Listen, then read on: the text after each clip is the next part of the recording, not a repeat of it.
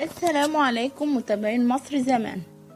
كلامنا في الفيديو ده عن وسيلة مواصلات الحمير، مهنة المكاري في مصر زمان. في مطلع تمانينات القرن التاسع عشر وحتى نهاية تسعينات نفس القرن، كانت أكثر الطوائف تعدادا في مصر هي طائفة الحمارة، حيث كان عدد العاملين بها أكثر من 1739 شخص. كانت أهميتها لا تقل أهمية عن أي أكثر وسائل المواصلات أهمية في وقتنا الحالي. كان الحمار بالفعل أهم وسيلة مواصلات، إذن كانت الحمير تملأ كل شوارع القاهرة، وامتازت بأنها وسيلة مواصلات رخيصة، أرخص من السيارات والجمال على الأقل. كانت الحمير تمتاز بالقوة والقدرة على قطع مسافات طويلة في وقت قصير، والتوغل بين الحواري والأزقة والأماكن النائية بسهولة. كان عدد كبير من المصريين يمتلكون الحمير ويستخدمونها كوسيلة للتنقل، بينما كان من لا يمتلك حمارا يستأجره من رجل اسمه المكاري. والمكاري هو رجل كان يمتلك مجموعة من الحمير ويربيها من أجل بيعها أو تأجيرها للركاب مقابل مبلغ من المال. لفظ مكاري هو اللفظ الذي اشتقت منه لفظ كارو. العربة الكارو هي التي يجرها حصان أو حمار على عجلتين أو 4، وما زالت موجودة حتى وقتنا، وتستخدم لنقل البضائع أو القمامة أيضا.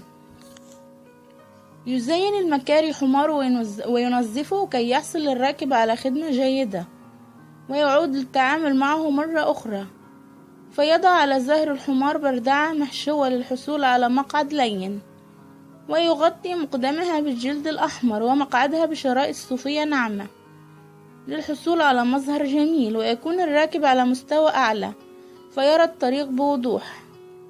بالطبع لم يكن هناك آلة تنبيه لتجنب الحوادث أو إشارات ضوئية ليعرف الناس في أي اتجاه سيسير الحمار، ولكن استعان المكاري بصبي صغير يقوم بدور آلات التنبيه.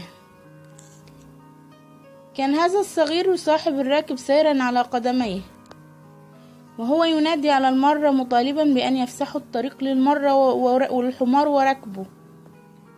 وكانت هذه الطريقة بالفعل ناجحة جدا في تقليل حوادث الطرق.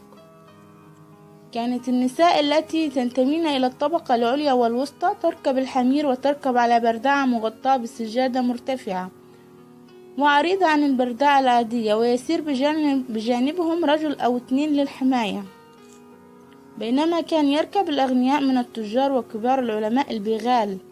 وكان السرج البغال تغطى أيضا بسجادة عريضة. نتيجة لحوادث عديدة أصبح الجميع يخضع لقانون مرور، إذن كان هناك ما يعرف بنصوص لائحة الحمارة، ويحتوي على 16 مادة. كان العامل بمهنة الحمارة يضع على ذراعه صفيحة بها نمرة رخصة حماره المرقم، وكذلك الحمار تعلق برقبته أو جبهته وحدة أخرى. لا يجوز أن يكون سن العامل بهذه المهنة أقل من 14 سنة، ويجب أن يكونوا أصحاء لا يعانون المرض، وبالطبع كذلك الحمار يكون سليما لا يعاني المرض.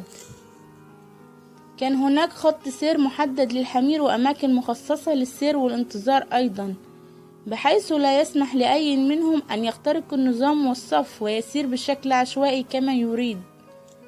كان من يرفض تأجير حماره دون سبب مقنع يتعرض للعقوبة لأنه مخالف. وبشأن التعريفة فكانت تحددها الحكومة، وتختلف من محافظة لأخرى على حسب المسافة.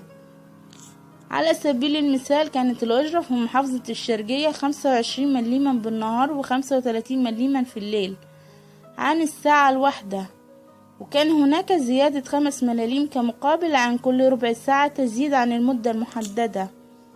إن أعلى أجرة في القاهرة المحروسة كانت 60 مليما، وأقل أجرة كانت 5 مليم.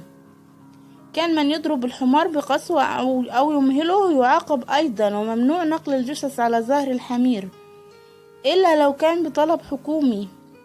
كان من يخالف كل هذه النصوص يعرض نفسه لدفع غرامة لا تتجاوز 25 قرشا، وتكرار المخالفة يؤدي لسحب الرخصة من قبل الحكومة، سواء كان السحب بشكل مؤقت أو دائم. ظلت مهنة الحمارة مهنة لها بريقا وأهميتها حتى ظهر الترماي أو كما أسماه المصريين في البداية العفريت، وقضى على هذه الطائفة بضربة تلو الأخرى. وهي دي حكاية المكارم.